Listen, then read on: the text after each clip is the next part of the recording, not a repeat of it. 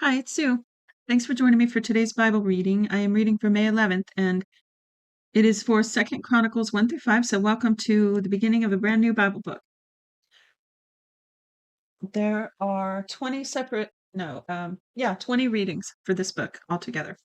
So kind of medium sized as Bible sections go, Bible books go, that is. So let's get started. Verse 1. Solomon, the son of David, was firmly established in his kingdom, and Yahweh his God was with him and made him exceedingly great. Solomon spoke to all Israel, to the captains of thousands and hundreds, to the judges, and to every prince in all Israel, the heads of the fathers' households. So Solomon and all the assembly with him went to the high place that was at Gibeon, for God's tent of meeting was there, which Yahweh's servant Moses had made in the wilderness. I wonder how old the tent of the meeting was by then. I wonder if it had been repaired. I wonder how many people serviced it every single day and what actually went on up there, daily life. Very interesting. I wonder how long it had been up on this hill at that point in time. But David had brought God's ark up from Kiriath Jearim to the place that David had prepared for it, for he had pitched a tent for it at Jerusalem. Moreover, the bronze altar that Bezalel, the son of Uri, the son of Hur, had made was there before Yahweh's tabernacle, and Solomon and the assembly were seeking counsel there. Solomon went up there to the bronze altar before Yahweh, which was at the tent of meeting, and offered 1,000 burnt offerings on it. That night God appeared to Solomon and said to him, "Ask for what you want me to give you." Solomon said to God, "You have shown me great loving kindness. You have shown great loving kindness to David my father, and have made me king in his place. Now, Yahweh God, let your promise to David my father be established, for you have made me king over a people like the dust of the earth in multitude. Now give me wisdom and knowledge that I may go out and come in before this people, for who can judge this great people of yours?"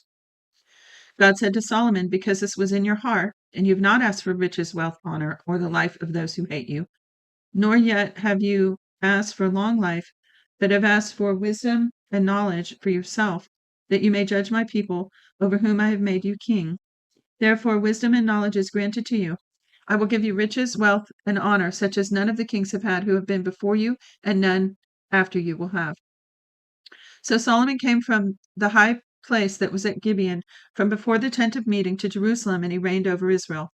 Solomon gathered chariots and horsemen. He had 1,400 chariots and 12,000 horsemen that he placed in the chariot cities with the king at Jerusalem. The king made silver and gold to be as common as stones in Jerusalem, and he made cedars to be as common as the sycamore trees that are in the lowland. The horses which Solomon had were brought out of Egypt and from Kue. The king's merchants purchased them from Kue. They brought up and brought out of Egypt a chariot for 600 pieces of silver and a horse for 150. They also exported them to the Hittite kings and the Syrian kings. Now Solomon had decided to build a house for Yahweh's name and a house for his kingdom. Solomon counted out 70,000 men to bear burdens, 80,000 men who were stonecutters in the mountains, and 3,600 to oversee them. Solomon sent to Hiram the king of Tyre, saying, "As you dealt with David my father and sent him cedars to build him a house in which to dwell, so deal with me. Behold, I am about to build a house for the name of Yahweh my God, to dedicate it to him, to burn before him incense of sweet spices, for the continual showbread, and for the burnt offerings morning and evening, on the Sabbaths, on the new moons, and on the set feasts of Yahweh our God. This is an ordinance forever to Israel.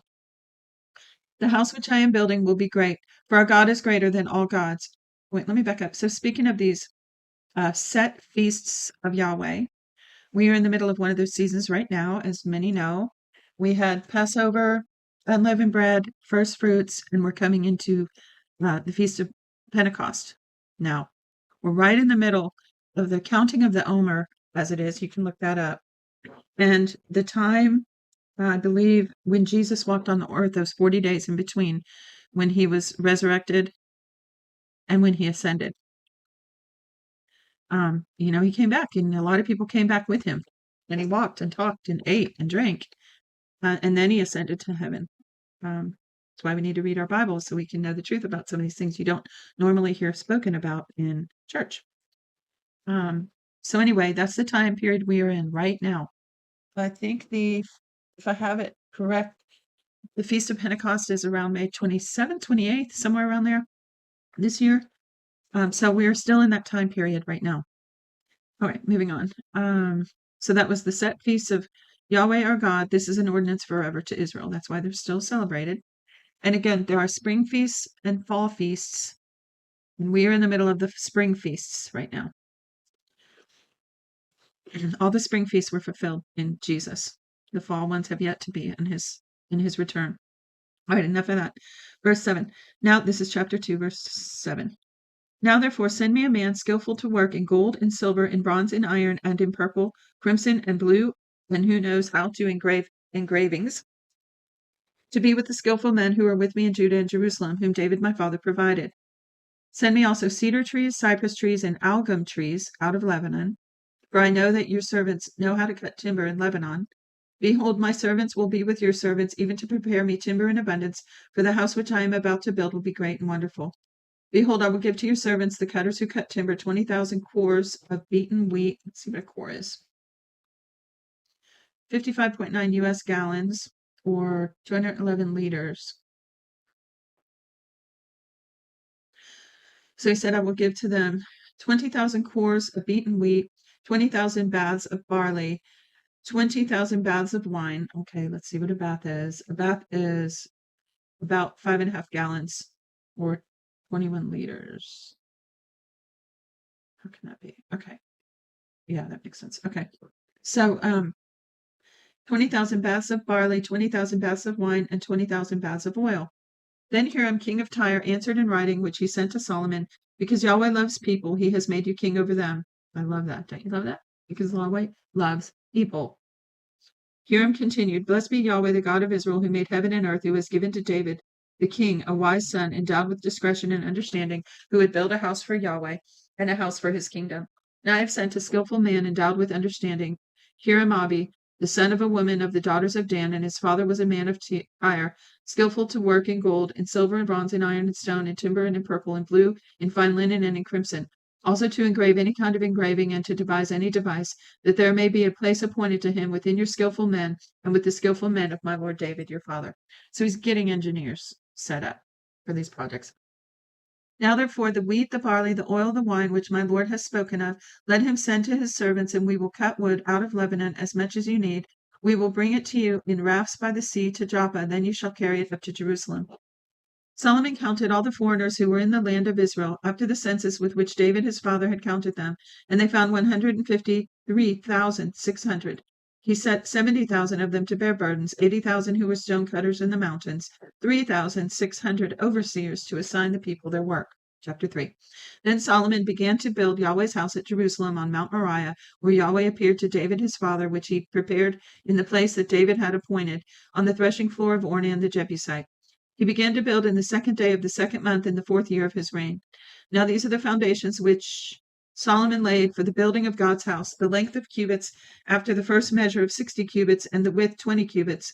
The porch that was in front, its length according to the width of the house, was 20 cubits, and the height 120, and he overlaid it with pure gold.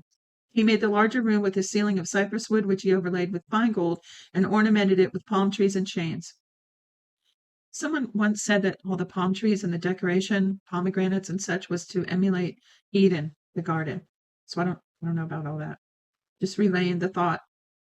He decorated the house with precious stones for beauty. The gold was gold from Parvaim. He also overlaid the house, the beams, the thresholds, its walls, its doors with gold, and engraved cherubim on the walls. He made the most holy place. Its length, according to the width of the house, was 20 cubits, and its width 20 cubits, and he overlaid it with fine gold, amounting to 600 talents. The weight of the nails was 50 shekels of gold. He overlaid the upper rooms with gold. In the most holy place he made 2 cherubim by carving, and they overlaid them with gold. The wings of the cherubim were 20 cubits long. The wing of the one was 5 cubits, reaching to the other wall of the house, and the other wing was 5 cubits, reaching to the wing of the other cherub. The wing of the other cherub was 5 cubits, reaching to the wall of the house, and the other wing was 5 cubits, joining to the wing of the other cherub. The wing of these cherubim spread themselves out 20 cubits. They stood on their feet, and their faces were toward the house. He made the veil of the blue, purple, crimson, and fine linen, and ornamented it with cherubim. Also, he made before the house 2 pillars of 35 cubits height, and the capital that was on the top of each of them was 5 cubits. He made chains in the inner sanctuary and put them on the tops of the pillars, and he made 100 pomegranates and put them on the chains. He set up the pillars before the temple, one on the right hand and the other on the left, and called the name of that on the right hand Jachin, and the name of that on the left Boaz. Chapter 4. Then he made an altar of bronze, 20 cubits long, 20 cubits wide, and 10 cubits high. Also, he made the molten sea of 10 cubits from brim to brim. It was round, 5 cubits high, and 30 cubits in circumference. Under it was the likeness of oxen, which encircled it for 10 cubits, encircling the sea. The oxen were in 2 rows, cast when it was cast. It stood on 12 oxen, 3 looking to the north, 3 looking to the west, 3 looking to the south, and 3 looking to the east. And the sea was set on them above, and all their hindquarters were inward. It was a handbreadth thick, and its brim was made like the brim of a cup, like the flower of a lily. It received and held 3,000 baths. Let's see how much that was. One bath is 5.6 gallons, or 21.1 liters. So if it's 5.5 gallons and it was 3,000, quite a bit. Verse 6. He also made 10 basins and put 5 on the right hand and 5 on the left to wash in them. The things that belonged to the burnt offering were washed in them, but the sea was for the priests to wash in. He made 10 lampstands of gold according to the ordinances concerning them.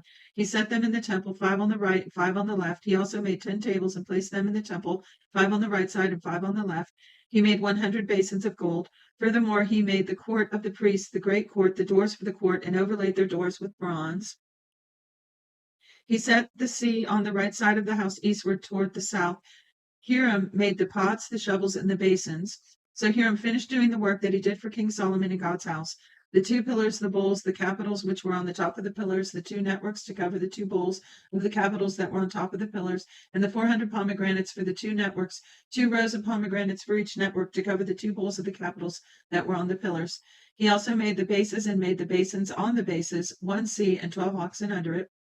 Hiram his father also made the pots, the shovels, the forks, and all its vessels for King Solomon for Yahweh's house of bright bronze. The king cast them in the plain of the Jordan in the clay ground between Succoth and Zeradah. Thus Solomon made all these vessels in great abundance, for the weight of the bronze could not be determined. Solomon made all the vessels that were in God's house, the golden altar also, and the tables with showbread on them, and the lampstands with their lamps to burn according to the ordinance before the inner sanctuary of pure gold, and the flowers, the lamps, the tongs of gold that was perfect gold, the snuffers, the basins, the spoons, and the fire pans of pure gold. As for the entry of the house, its inner doors for the most holy place, and the doors for the main hall of the temple were gold. Chapter 5. Thus all the work that Solomon did for Yahweh's house was finished. Solomon brought in the things that David his father had dedicated, even silver, gold, and the vessels, and put them in the treasuries of God's house. Then Solomon assembled the elders of Israel and all the heads of the tribes, the princes of the fathers' households of the children of Israel, to Jerusalem to bring up the ark of Yahweh's covenant out of David's city, which is Zion. So all the men of Israel assembled themselves to the king at the feast, which was in the 7th month. All the elders of Israel came. The Levites took up the ark, and they brought up the ark, the tent of the meeting, and all the holy vessels that were in the tent. These the Levitical priests brought up. King Solomon and all the congregation of Israel were assembled to him, who were before the ark, sacrificing sheep and cattle that could not be counted or numbered for multitude. The priests brought in the ark of Yahweh's covenant to its place into the inner sanctuary of the house, to the most holy place, even under the wings of the cherubim. For the cherubim spread out their wings over the place of the ark, and the cherubim covered the ark and its poles above.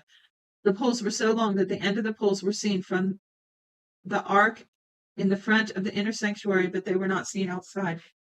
And it is there to this day. There was nothing in the ark except 2 tablets which Moses put at Horeb when Yahweh made a covenant with the children of Israel when they came out of Egypt. When the priests had come out of the holy place, for the priests who were present had sanctified themselves and didn't keep their divisions, also the Levites who were the singers, all of them, even Asaph, Heman, Jeduthun, and their sons and their brothers, arrayed in fine linen with cymbals and stringed instruments and harps, stood at the east end of the altar, and with 120 priests sounding with trumpets.